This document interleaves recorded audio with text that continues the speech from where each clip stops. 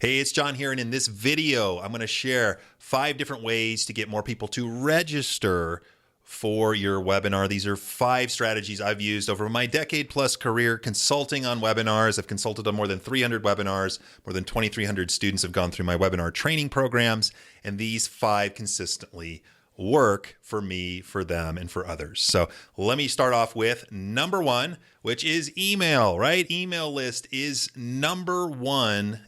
number one way to generate registrations for your webinar, your masterclass, or your workshop, right? It isn't even close. It's true in 2025. It'll be true in the future. That's why you need to be able to congregate and build an email list, build a relationship with that list, and then be able to point them to webinars, workshops, masterclasses, experiences where you can build the most important word in sales with them, and that is trust, right? And so webinars, workshops, masterclasses, content creation like this is designed to build trust and build a relationship in a one-to-many fashion with people. And you're going to want to send most of those people are going to get there from your email list. So email list is the number one way to generate leads and to generate registrations for your webinar. Second is social media. So if you're on social media right now, could be LinkedIn, Facebook, Instagram, YouTube, whatever. That is a great way to generate registrations, not even close to email at all, but it's still another place where you can get people either through outreach, which I'll talk about in a moment, reaching out to your connections and inviting them to your webinar, or posting about your event. And so posting, there's different strategies there. I find the more direct you are, the better. You can use LinkedIn events to invite your LinkedIn connections to register and attend your webinar. You can use Facebook. You can post about it on Instagram or Facebook. And the more direct, the better. So basically, it's something along the lines of like, hey, I'm hosting this event on X topic. It's called this. Do you want a link to register? Something like that is a good place to start. And then anybody who's interested will comment below, and then you could DM them or private message them a link to register for your event.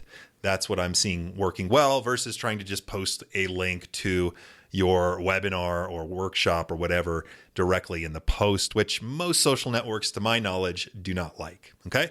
So we have email list, number 1, social media, number 2. The third one, let me make sure my fingers are right here.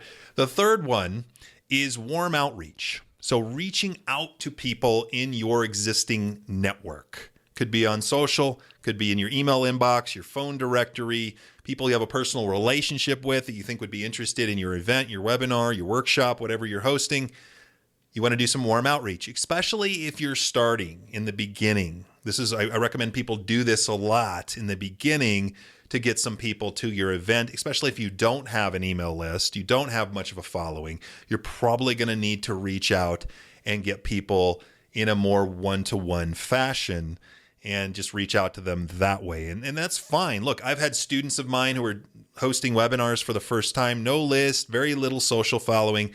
We're able to reach out to people in their network, get 10 people to come to their little Zoom webinar, very simple to set up, and get 2 or 3 clients from that first little webinar. And so that's fine. That's a good place to start. Warm outreach is another one that you can use to generate registrations for your webinar, okay? Now, the fourth one is paid ads. Paid advertisements like on Meta or Google or YouTube. These networks will allow you to give them money in exchange for getting an ad in front of, hopefully, the right person, right? Now, when it comes to webinars, I would be careful with this if there's a couple of boats on paid ads. The first boat is you're new, you're launching a newer offer, a new webinar, a new all of these things. You have really not proven it, not even to warmer people. And you go out and try to launch it to cold ads. That's probably going to be a rough battle for you. There's always exceptions to the rule. But for the most part, most of you are going to burn thousands of dollars trying to send people who've never heard of you before to a webinar. You're going to ask them to make a commitment to actually attend this webinar, whether it's an hour or whatever.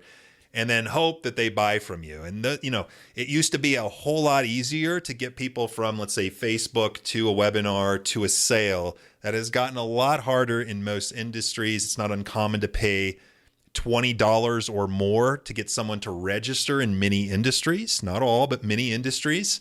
And your attendance rates from those people to a live webinar might be in the range of like 20% or so, right? So it's a pretty low attended, high cost. It might cost you $100 to get somebody live on a webinar. And so pretty difficult. There are exceptions. Certain markets are cheaper than that. But for a lot of us, it's a pretty expensive, can be a bit risky strategy. Now, if you have the second path is if you have a budget, if you have, maybe you're a little larger company, you got a budget, fine. You can throw some money at it, test that, and get some people to your webinar. That's fine. It is another tool to get people there. But for most of you, if I'm looking at you right now and you got a new offer, new presentation, be careful spending money on ads. You might you're probably going to lose money on that.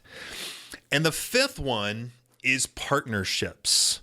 This is you collaborating with other people and having them send your stuff, your webinar, to their audience.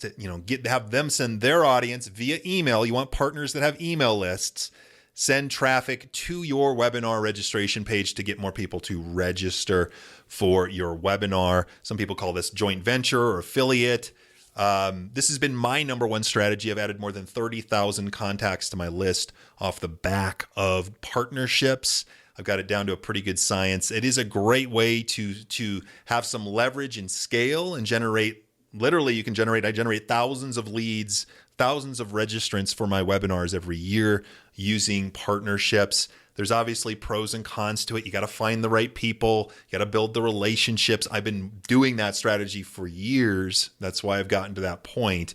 But it's still a great way to get started. Look, I've had people who just knew a couple people, had them help them promote their webinar right out the gate, and were able to get more registrations to their webinar than they otherwise would have. So partnerships is a great way to get more registrations to your webinars. And so those are really like the 5 key ways to get people to register for your webinar, masterclass, workshops, events, and those kind of things.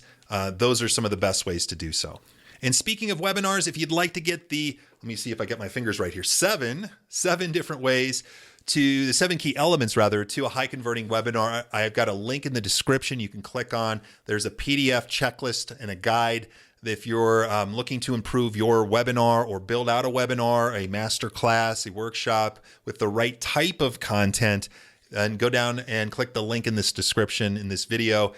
Grab that before you leave this video. It'll be some of my best stuff that you can use anytime you're creating your presentation, your sales presentations, webinars, all those kind of things. That's it for this video. You can leave a comment below if you'd like. Feel free to subscribe and then click the video that's around my head here on the screen if you'd like to watch more content like this one. Keep the fun going, and I look forward to seeing you on the next one. Take care for now.